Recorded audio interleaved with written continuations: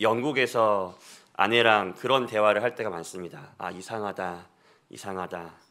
왜 이렇게 지칠만도 한데 은혜가 있고 분명히 실족할 만한데 일어설 힘이 생기고 낭망할 만한데 왜 자꾸 우리 안에 하나님의 은혜가 넘치도록 임하는지 참 이상하다, 이렇게 얘기할 때가 참 많습니다. 근데 이 성전에 딱 들어오면 알고 있었는데 그것이 더 확신 있게 다가오는 것을 배웁니다. 이 성전에서 주님, 주님, 주님 하고 그 하나님께 드려지는 그 기도가 하나님께 상달되어서 그 은혜를 저희가 누리며 잘 살고 있습니다. 그래서 이 자리를 빌어서 너무 감사하다는 말씀을 꼭 드리고 싶었습니다. 우리 말씀 같이 나누기 전에 잠깐 기도하겠습니다. 사랑하는 주님, 정말 주님을 사랑합니다. 이 시간 그 살아계신 예수 그리스도를 만나는 은혜의 현장이 되기를 간절히 소원합니다. 하나님 앞에 서서 내가 주를 배웠고 나의 자아와 나의 모든 걸 내려놓고 하나님께 내 모든 걸 드리는 시간, 귀한 시간 될 수 있도록 주의 은혜를 허락하여 주시옵소서. 간절히 은혜를 사모하오며 우리를 사랑하시는 예수 그리스도의 이름으로 기도드렸습니다. 아멘. 시편 119편 105절을 보면 주의 말씀은 내 발의 등이요 내 길의 빛이니이다, 이렇게 이야기를 하면서 우리에게 두 가지 중요한 것들을 이야기하고 있습니다. 첫 번째는 우리의 인생이, 우리의 길이 한치 앞도 보이지 않는 깜깜한 어둠이다 라고 이야기하는 것입니다.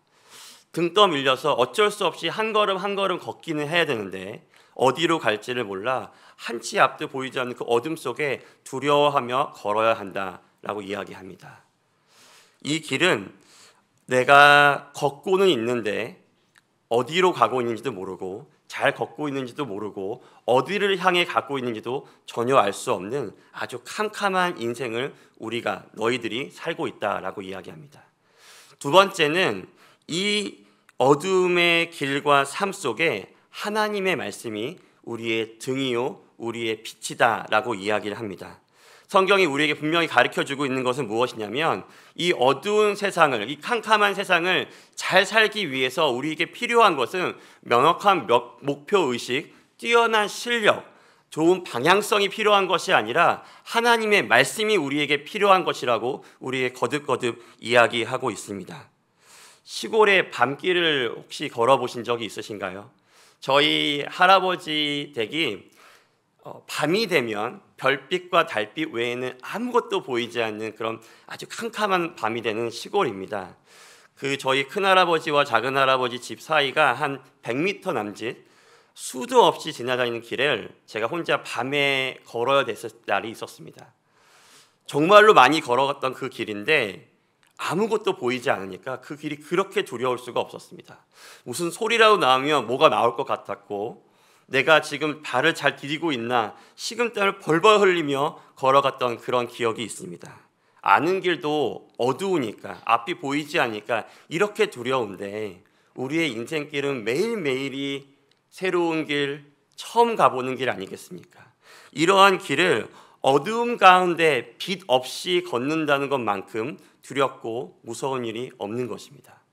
그렇기 때문에 이 빛을 발견했다고 하는 사람들이, 예수를 안다고 하는 사람들이 이 어두움 속을 빛을 들고 걷지 않는 것처럼 어리석은 일이 없는 것입니다. 이 빛을 버려두고 어둠 속을 혼자 걸어가는 것만큼 어리석은 것이, 안타까운 일이 없지 않겠습니까? 사랑하는 하늘빛 우리 교회 여러분, 이미 이 빛을 발견했다라고 고백하는 여러분, 지금도 이 어두운 세상을 비치고도 남을 이 어둠을 비치고 남을 이 빛을 들고 사시는지 여러분께 여쭙고 있는 것입니다. 말씀을 듣고 묵상하고 생각하고 믿고 의지하면서 사시나요?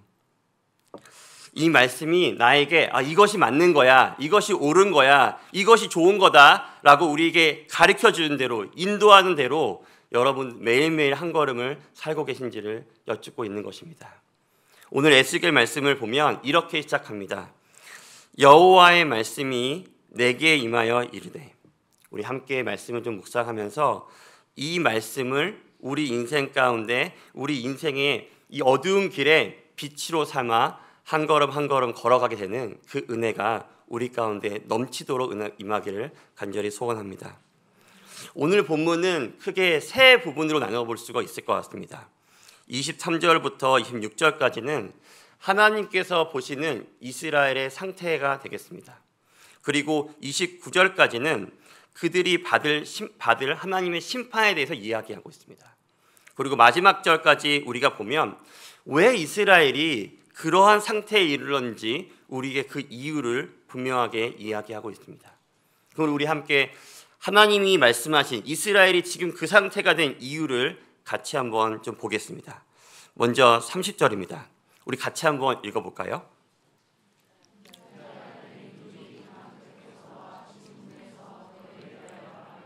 각각 그 형제와 더불어 말하여 이르기를 자 가서 여호와께로부터 무슨 말씀이 나오는가 들어보자 하고 이스라엘 백성들이 에스겔에게 나아옵니다.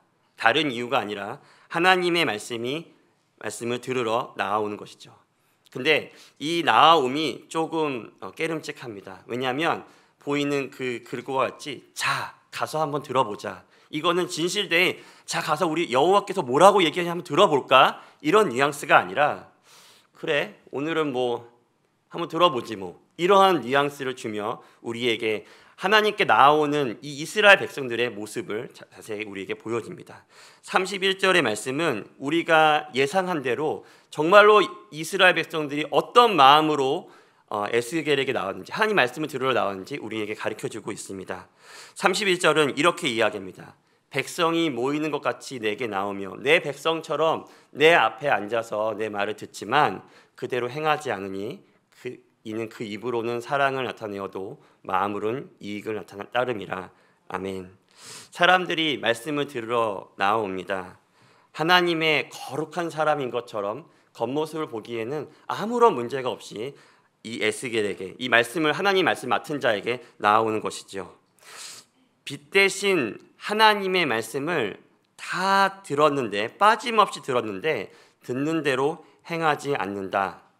대신 그들이 따른 것은 이익을 따른다라고 이야기합니다. 말씀을 듣지만 말씀대로 행하지 않고 마음의 소원의 이익을 따른다라고 이야기하는 것입니다. 하나님께서 이것이 내가 기뻐하는 일이야. 이것이 너희에게 너무 좋은 것이야. 이것이 나의 법도야 라고 분명히 방금 들었는데 자신들 앞에 있는 이익을 따른다는 것입니다. 그 말씀을 행하지 않고 이익을 따른다. 여기서 중요한 것은 그들이 어둠 가운데 있기 때문에 그들이 지금 이익이라고 따지는 그것마저도 이것이 진정으로 그들에게 이익인지 아니면 저주인지 모른다는 것입니다.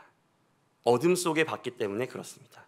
빛을 들지 않고 본 그 마음 속에 있는 그 이익은 성경이 말하기를 죄인들이 따르는 그 이익은 허탄한 것이고 헛된 것이고 소망이 없는 것이라고 성경은 우리에게 거듭거듭 이야기하고 있습니다. 그렇다면 이 이스라엘 백성 하나님께 나와 그 말씀은 듣지만 말씀대로 행하지 않는 이유는 도대체 무엇일까요? 32절 말씀에서는 우리에게 이렇게 이야기합니다. 하나님의 말씀을 사랑의 고운 음성으로 음악 소리로 들었기 때문에 라고 이야기합니다. 다시 말하면 하나님의 말씀이 그들에게 너무나도 가벼운 것이 된 것입니다. 하나님의 엄중하고도 위대한 말씀이 그냥 한 번 듣고 좋은 교훈의 좋은 이야기구나 내 마음에 감동을 주는 음악 소리 정도가 되었던 것입니다. 그래서 한 번 듣고 잊어버리는 것, 한 번 듣고 버리는 것이 된 것입니다. 말씀이 그들에게 진리요 빛이요 생명이요 구원이 된 것이 아니라 한 번 듣고 잊어버리는 아주 가벼운 것이 되었기 때문에 이들이 말씀을 들어도 듣는 대로 행하지 않는 것입니다. 영국 선교를 하면서 그토록 찬란했던 영국 교회가 왜 그렇게 힘을 잃었는지를 좀 고민하게 됩니다. 왜 우리가 책으로 읽어보면 정말 믿음의 진수를 가졌던 믿음의 선배들의 그 신앙과 열정과 그 은혜가 왜 다음 세대에 전해지지 않았을까 고민하게 됩니다. 짧은 선교의 기간이었지만 제 짧은 소견은 이렇습니다. 하나님의 말씀이 성도들 가운데 힘을 잃은 것입니다. 하나님의 말씀이 그들의 삶 가운데 아무런 일도 행하지 않자 참 믿음이 종교적인 의무가 되었습니다. 성도는 줄어들고 종교인은 늘어납니다. 교회가 사교 클럽이 되었습니다. 그래서 다음 세대들이 믿음으로 살면 이러한 것이구나.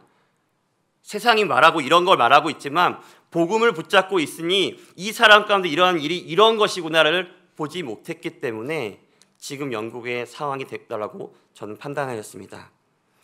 에스겔 시대의 이스라엘 백성들과 지금 작금의 영국 백성들이 크게 달라 보이지 않는 것이 제 판단이고 소견입니다. 그렇다면 말씀이 가벼워지자 말씀과 신앙과 삶이 완전히 분리된 이 이스라엘은 도대체 어떻게 변하여 갔을까? 우리 말씀을 통해 좀 보길 원합니다. 24절 말씀입니다. 인자야, 이 이스라엘의 이 황폐한 땅에 거주하는 자들이 말하여 이르기를 아브라함은 오직 한 사람이라도 이 땅을 기업으로 얻었나니 우리가 많은즉 더욱 이 땅을 우리에게 기업으로 주신 것이 되느니라 하는도다. 아브라함이 이 약속의 땅을 어떻게 받았죠? 아브라함은 갈 바를 알지 못했는데 하나님의 말씀이 그에게 임하자 갈 바를 알지 못하고 어떤 일이 일어날지 모르지만 믿음으로 그 말씀을 받아서 믿음대로 살았을 때 하나님께서 그 믿음을 보시고 이 약속의 땅을 아브라함에게 준 것이 아니겠습니까? 그런데 이스라엘 백성들은 뭐라고 이야기하냐면 아브라함은 한 사람이라도 이 땅을 받았는데 우린 이렇게 많잖아. 그러니까 당연히 우리에게 주실 거야 라고 믿고 있다는 것입니다. 말씀을 듣는데 말씀대로 따르지 않으니까 첫 번째 이러한 현상은 하나님을 왜곡하기 시작합니다. 하나님이 그런 분이 아닌데 하나님이 이런 분이실 거야 라고 왜곡하게 하는 것이죠. 하나님이 왜곡되니까 하나님의 말씀도 왜곡이 됩니다. 그래서 하나님은 한 번도 그런 말씀을 하신 적이 없는데 하나님은 이러셔. 하나님은 이래야지. 이렇게 하셔야지라고 자신만의 하나님을 만들어가고 있는 것이 이스라엘의 첫 번째 현상인 것입니다. 그러자 일어난 일이 무엇인지 우리 같이 25절을 보겠습니다. 그러므로 너는 그들에게 이르기를 여호와께서 이같이 말씀하시되 너희가 고기를 피채 먹으며 너희 우상들에게 눈을 들며 피를 흘리니 그 땅이 너희의 기업이 될까 뭐냐. 아멘. 하나님께서 이건 죄야, 이건 맞지 않다, 이렇게 하면 안 돼 라고 아주 말한 것이 분명히 알았는데도 불구하고 이 정도는 괜찮겠지 하며 고기를 피째 먹는 것입니다. 자신들의 이익을 위해서라는 뭐냐면 과부와 고아들의 피를 흘리며 자신의 이익을 따르는 것을 서슴지 않았던 것입니다. 이게 이스라엘의 상태인 것입니다. 말씀을 듣고 행함이 없는 그들은 자신의 죄가 죄인 것을 전혀 보지 못하는 상태가 되고 자신이 더 이상 하나님 안에 거하지 않는다라는 사실을 모르고 있다는 것입니다. 여전히 자신은 하나님의 백성인 것으로 착각하고 있다는 것이죠. 이것이 이스라엘의 두 번째 상태가 되겠습니다. 그럼 이스라엘의 세 번째는 어떠냐면 말씀을 듣고 그 말씀을 들었지만 말씀이 희미해지고 옅어지니까 그 안에 하나님을 향한 믿음이 사라지고 그 안을 우상들로 가득 채우기 시작합니다. 사람들은 이렇게 이야기합니다. 하나님을 믿지 않으면 내 마음은 비어있는 상태가 될 거야 라고 이야기합니다. 하지만 실상은 그렇지 않습니다. 마음에 하나님이 없는 사람은 반드시 그 마음에 우상이 가득하게 되어 있습니다. 하나님을 믿지 않지만 우상 숭배를 하지 않는 것은 불가능한 것입니다. 우리가 하나님 안에 거하지 않으면 반드시 우리는 우상 안에 거하게 되어 있고 우리는 우상의 다스림을 받게 되어 있는 것입니다. 왜냐하면 우상이라는 것은 우리가 다 알듯이 바알과 아세라 이런 것만을 말하는 것이 아니라 하나님보다 더 의지하는 것이 되었기 때문에 그렇습니다. 하나님이 희미해지면 다른 것이 그 자리를 차지하여서 우리는 우상 숭배자가 되는 것입니다. 그렇기 때문에 사랑하는 여러분, 돈이 우리의 우상이 됩니다. 그래서 돈이 우리의 삶의 기준이 됩니다. 돈이 우리 삶의 선택의 가장 중요한 부분입니다. 돈을 더 받을 수만 있다면, 돈을 더 얻을 수만 있다면 그것이 무슨 길이든 간에 우리가 그 길을 서슴없이 행하는 것이죠. 그리고 우리의 자녀가 우리의 우상이 될 때가 있습니다. 자녀가 성공할 수만 있다면, 그것이 나의 우상이 되었다면 우리는 절도 갈 수 있고 무당도 찾을 수 있고 심지어는 365일 새벽 기도도 할 수 있는 것입니다. 하나님을 섬기는 것이 아니라 우상을 섬기기 때문에 그러한 일들이 일어나는 것이죠. 그리고 내 감정이 나의 우상이 됩니다. 하나님 말씀이 이건데 내가 그것을 하기 싫어하면 하지 않는 것이죠. 내 마음이 다치는 것이, 내가 흡족하지 않은 것이 하나님 말씀 순종하는 것보다 더 중요한 것이 되는 것입니다. 창조주 대신, 우리를 지으신 이 하나님 대신에 창조물을 더 믿고 신뢰하는 우상 숭배가 이스라엘의 작금의 상태가 되겠습니다. 하나님의 말씀이 가벼워졌습니다. 그러니까 하나님의 말씀을 듣지만, 이것이 맞다는 걸 알지만 그 들은 대로 행하지 않는 일들이 일어납니다. 그러니까 이스라엘 백성들이 하나님을 왜곡하기 시작합니다. 그러니까 하나님 이건 죄야, 이거 하지 마 라고 말했던 그 모든 것들을 서슴없이 행하기 시작합니다. 그러고 더 나아가자 하나님보다 더 소중한 것, 하나님보다 더 사랑하는 것, 하나님보다 더 신뢰하는 것들이 그들의 마음을 채운 것입니다. 이런 이스라엘 백성들에게 하나님께서 심판의 말씀을 하십니다. 27절은 우리에게 이렇게 이야기합니다. 여호와께서 이같이 말씀하시되 내가 나의 삶을 두고 맹세하노니 황무지에 있는 자는 칼에 엎드러지고 들에 있는 자는 들짐승에 넘겨 먹히게 되고 산성과 굴에 있는 자는 전염병에 죽으리라. 이 말씀을, 이 심판을 이야기하기 전에 우선 하나님을 저버리는 자는, 하나님을 따르지 않는 자는, 하나님의 말씀을 듣지만 듣는 대로 행하지 않는 자는 그 자체적으로 두려움과 고통이 가득합니다. 왜냐하면 어둠 속에 빛이 없이 걷기 때문에 그렇습니다. 자신을 지켜줄 거라고 믿고 있는 그 우상들로 자기를 지켜보려고 가진 애를 쓰지만 그것이 소용이 없다는 것을 깨닫습니다. 그러면 돌이켜 회개하지 않고 그가 선택하는 것은 이 우상이 실패했으니까 다른 우상을 쫓아가면 그 우상은 나를 지켜줄 거라고 믿으며 다른 우상을 따라갑니다. 그래서 구하고 찾고 구하는데 만족이 없습니다. 그래서 그들은 해갈됨이 없는 목마름에 갇혀 살게 되는 것입니다. 그것이 하나님을 버린 백성들의, 그들에게 임한 심판인 것이죠. 그런데 그것이 끝이 아니라는 것입니다. 성경이 우리에게 말하는 것은 하나님은 알지만 그의 말씀대로 행하지 않고 죄를 따르며 우상 숭배하는 자에게는 하나님의 적극적인 심판이 임한다라고 우리에게 이야기하고 있습니다. 이 심판이 얼마나 우리에게 확실한 것이냐면 하나님께서 내 생명을 두고 이것을 말한다. 자신의 생명보다 더 높은 것이 있었으면 그걸 거셨겠지만 더 높은 것이 없는 걸 보시고 내 생명을 두고 일하는데 이거 반드시 임해. 내가 너에게 지금 말한 이 심판 반드시 임한다고 우리에게 이야기합니다. 너 황무지에 있어 칼에 엎드러질 거야. 너 들에 있어 들짐승에 뜯겨 죽을 거야. 너를 지켜줄 거라고 믿고 있는 굴에 들어가 있어. 그렇다면 전염병으로 죽게 될 거라고 하나님이 엄중하게 우리에게 이야기하고 있습니다.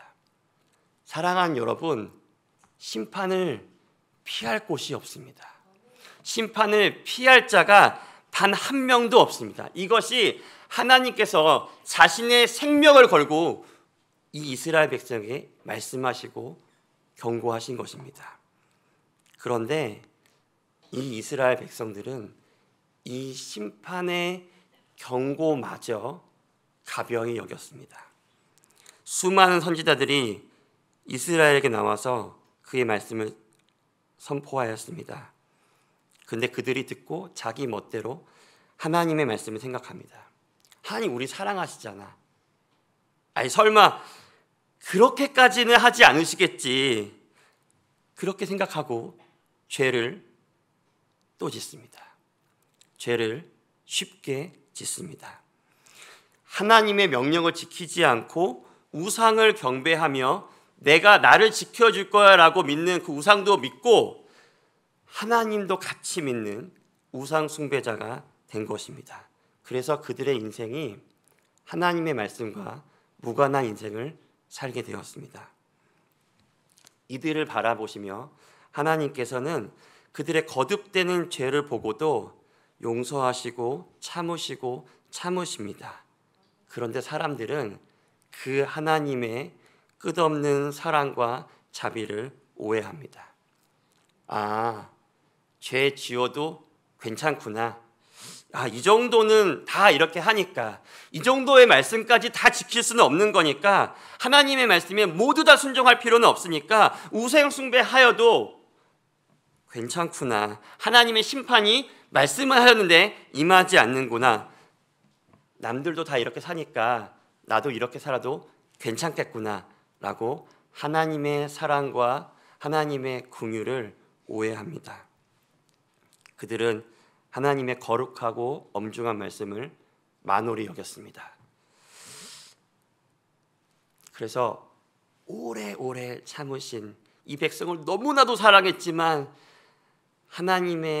하나님께서는 이 백성들에게 말씀하신 경고하신 그 심판을 이스라엘 백성에게 임하게 하십니다. 그리고 하나님이 이스라엘 백성에게 말씀하신 모든 심판의 말씀이 이스라엘 가운데 성취가 됩니다. 주 안에서 사랑하는 우리 하늘빛 우리 교회 성도 여러분, 이것이 이스라엘 백성들만의 이야기일까요?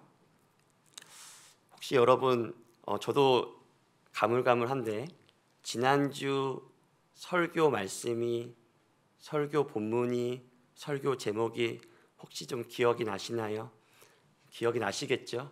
목사님 저 뒤에서 보고 계신데, 주여, 혹시 지난 한 주간 좀 말씀을 보면서 말씀을 좀 묵상하고 읊조리며 기억하며 붙잡으며 이번 한 주 보내셨나요?